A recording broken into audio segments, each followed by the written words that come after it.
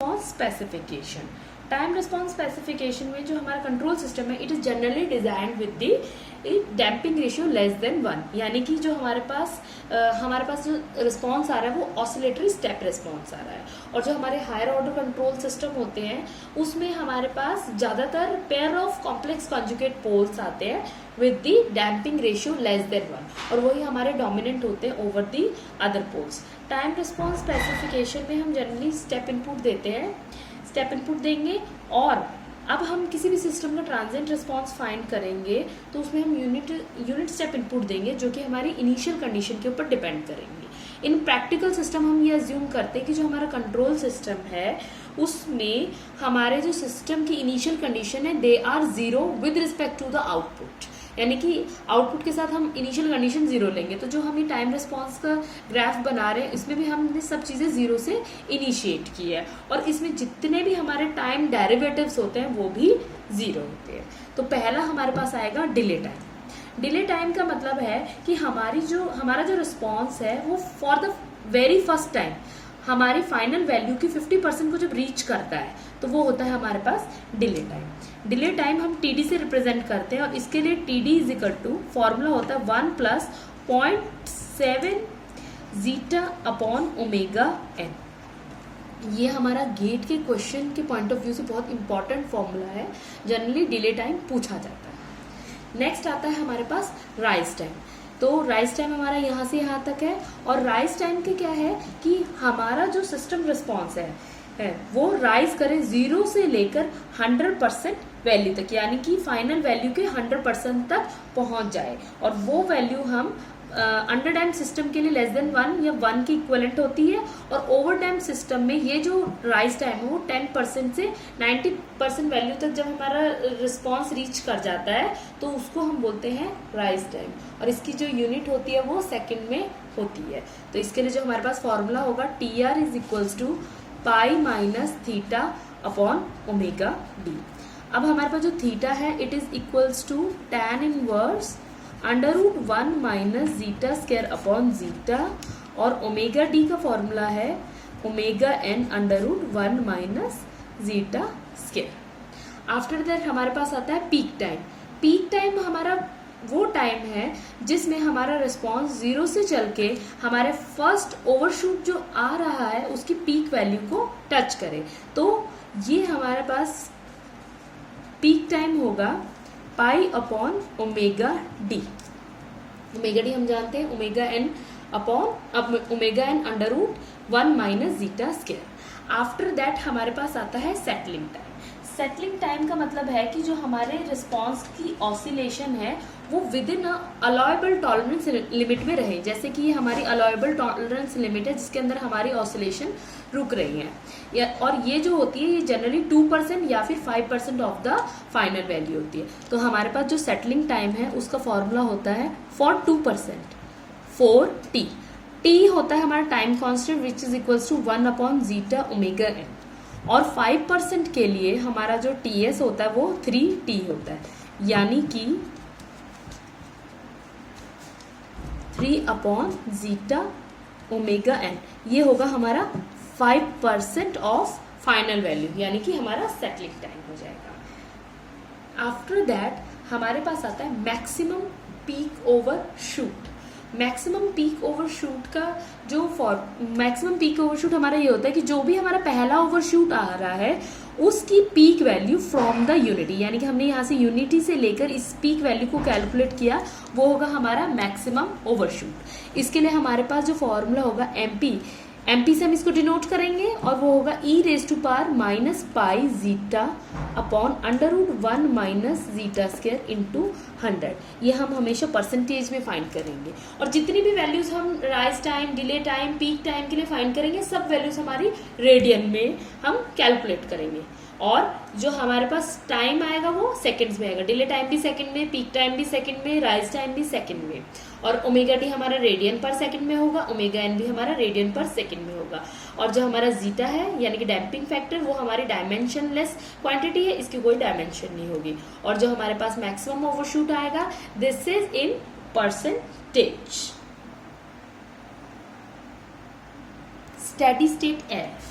Steady state error का formula है हमारे पास E S S equals to limit T tends to infinity R T minus C T, यानी कि input से हम आउटपुट को माइनस करेंगे और limit T tends to infinity से उसे कैलकुलेट करेंगे तो हमारे पास आ जाएगा स्टेडी स्टेट एरर।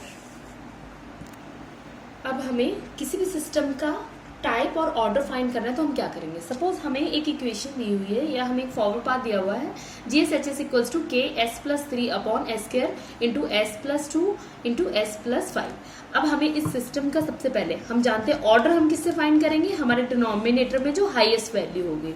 तो हमारी हाईएस्ट वैल्यू एस की क्या होगी, एस स्क्वायर और ये 2s मल्टीप्लाई होकर s4 हो जाएगा। तो हमारे पास जो इक्वेशन आएगी वो हमारी s रेज टू पावर 4 की टर्म्स में आएगी। तो ये जो इक्वेशन होगी ये हमारे पास होगी s plus this is 7s plus 10 और s के हम मल्टीप्लाई कर देंगे तो ये हमारे पास 4 आ जाएगा। This is equals to 3 and this is equals to s square. तो हमारे पास हाईएस्ट वैल्यूज डिनोमिनेटर में क्या है, 4 है, तो हमारे सिस्टम का ऑर्डर होगा 4। अब जब हम टाइप फाइंड करेंगे तो टाइप में हम देखते हैं कि जितने नंबर ऑफ पोल्स हमारे ओरिजिन पे होंगे वो सिस्टम की टाइप होगी। जैसे कि इस क्वेश्चन में ओरिजिन पे हमारे 2 पोल्स हैं तो सिस्टम की टाइप होगी 2।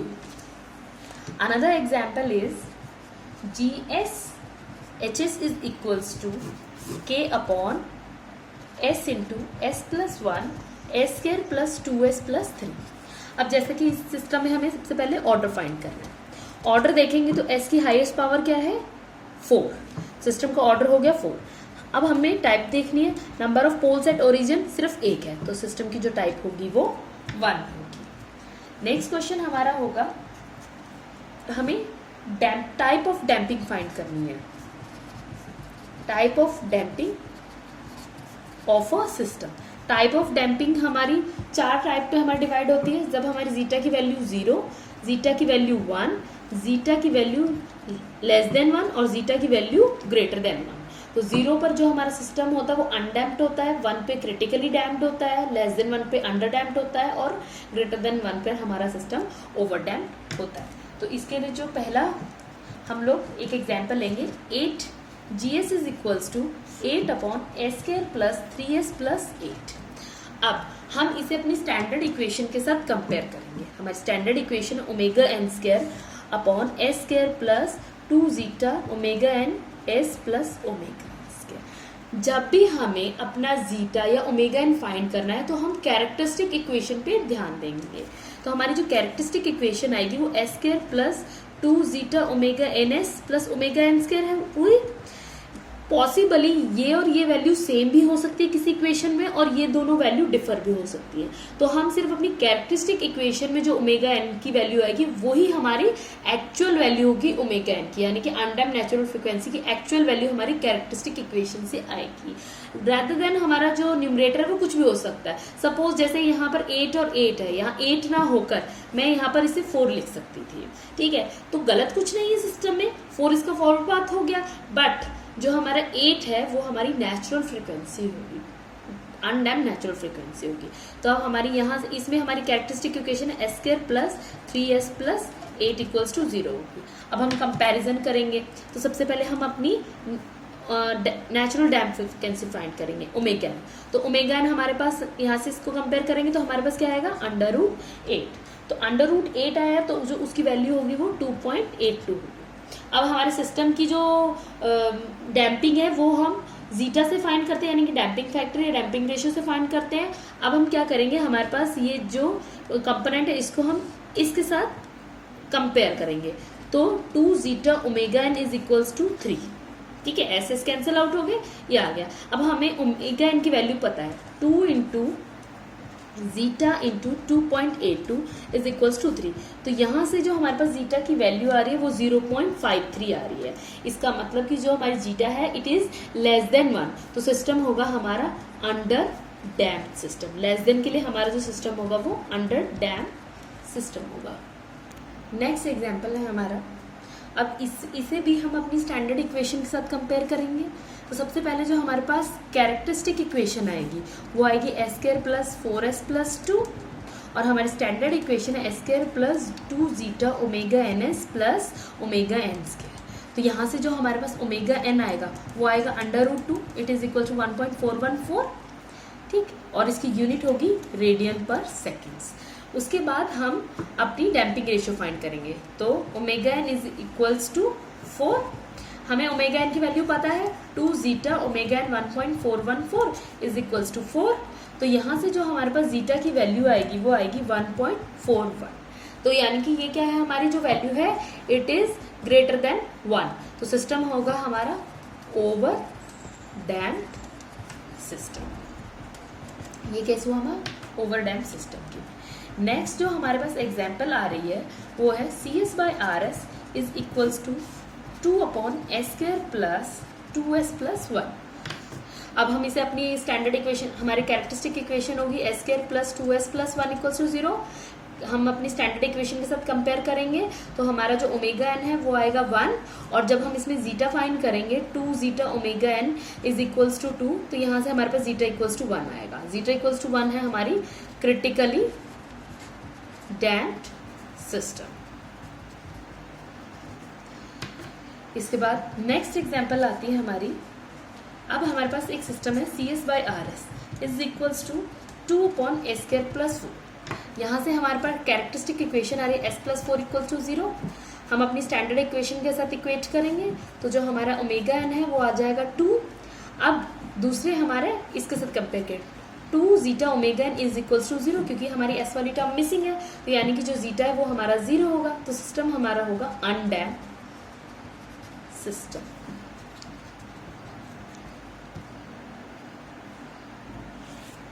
नेक्स्ट हमारे पास क्वेश्चन है obtain response for unity feedback, यानी कि जो हमारे पास HS है it is equals to 1 given है, और ओपन लूप ट्रांसफर फंक्शन है, और GS हमें गिवन है, GS is equals to 3/s into s plus 4, और हमें यूनिट रिस्पॉन्स गिवन है स्टेप इनपुट यानी कि 1/s।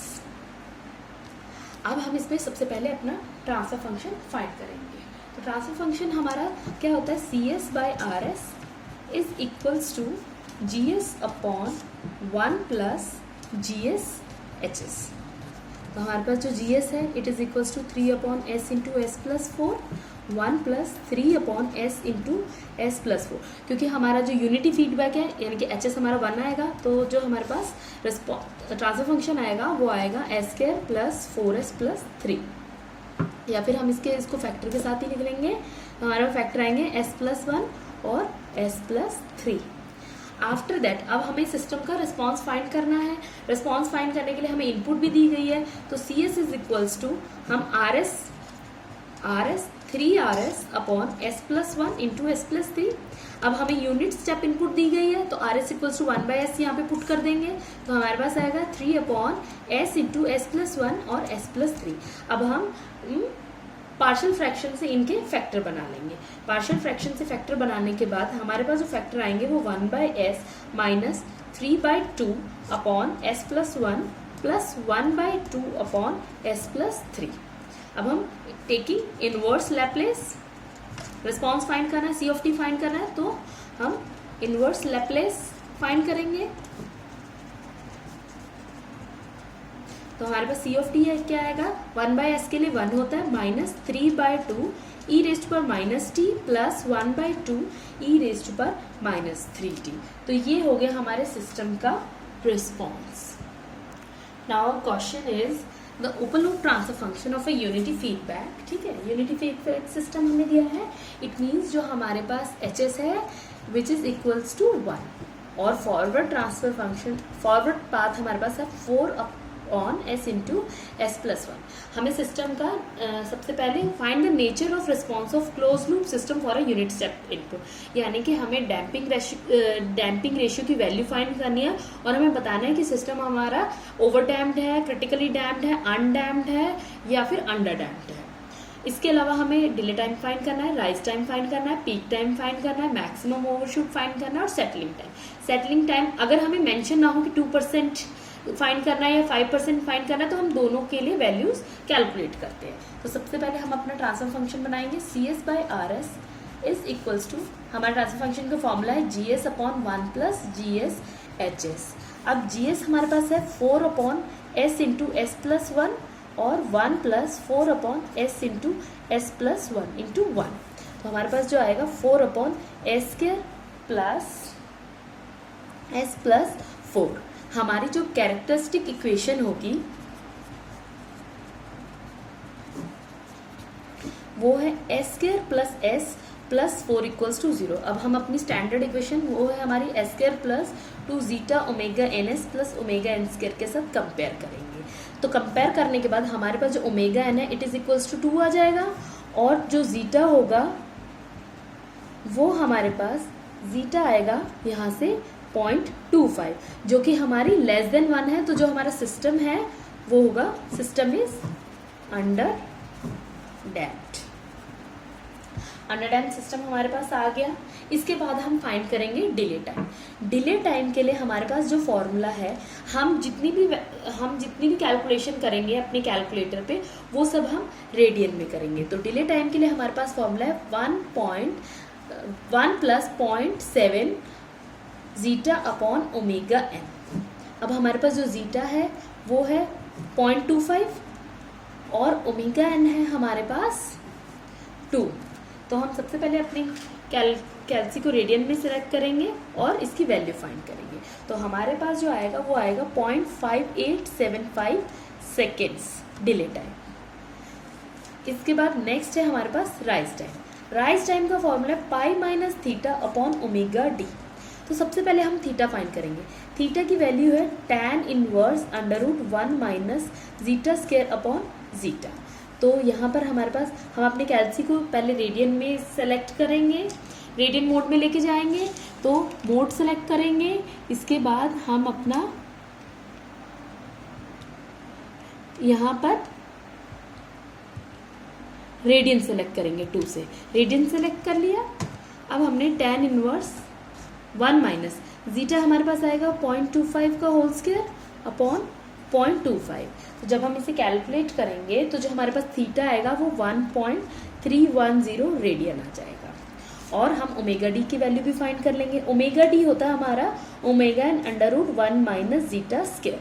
तो ओमेगा N हमारे पास 2 है और 1 माइनस 0.25 का होल स्क्वायर। तो यहाँ से हमारे पास ओमेगा डी आएगी वो होगी 1.936 रेडियन पर सेकेंड।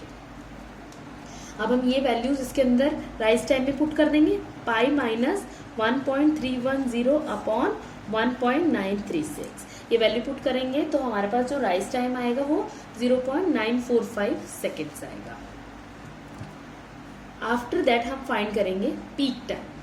पीक टाइम हमारा क्या होता है कि जो हमारा फर्स्ट ओवरशूट आ रहा है उसकी पीक वैल्यू वो हमारा पीक टाइम है। तो इसका फॉर्मूला है पाई अपॉन ओमेगा डी। सिंपली हम पाई अपॉन ओमेगा डी की वैल्यू हमारी 1.936 है, पुट करेंगे और जब हम इसको कैलकुलेट करेंगे तो जो हमारे पास पीक टाइम आएगा वो 1.622 सेकेंड्स आएगा। नेक्स्ट हम फाइंड करेंगे मैक्सिमम ओवरशूट। मैक्सिमम ओवरशूट का फॉर्मूला है e⁻ minus zeta pi zeta upon √1 minus zeta square into 100। तो ये यहाँ पर हम वैल्यू पुट करेंगे 1 माइनस पाई, जीटा हमारा 0.25 है अपॉन √1 माइनस 0.25 का होल स्क्वायर इंटू 100। तो हमारे पास आ जाएगा मैक्सिमम ओवरशूट 43.26%। आफ्टर दैट हम फाइंड करेंगे सेटलिंग टाइम। सेटलिंग टाइम सबसे पहले हम 2% टॉलरेंस लिमिट के लिए फाइंड करेंगे, 2% क्राइटेरिया के लिए फाइंड करेंगे। तो उसके लिए फॉर्मूला हमारे पास 4D यानी कि 4 अपॉन जीटा ओमेगा N। तो यहाँ पे हमारे पास जीटा 0.25 है और ओमेगा N हमारे पास 2 है।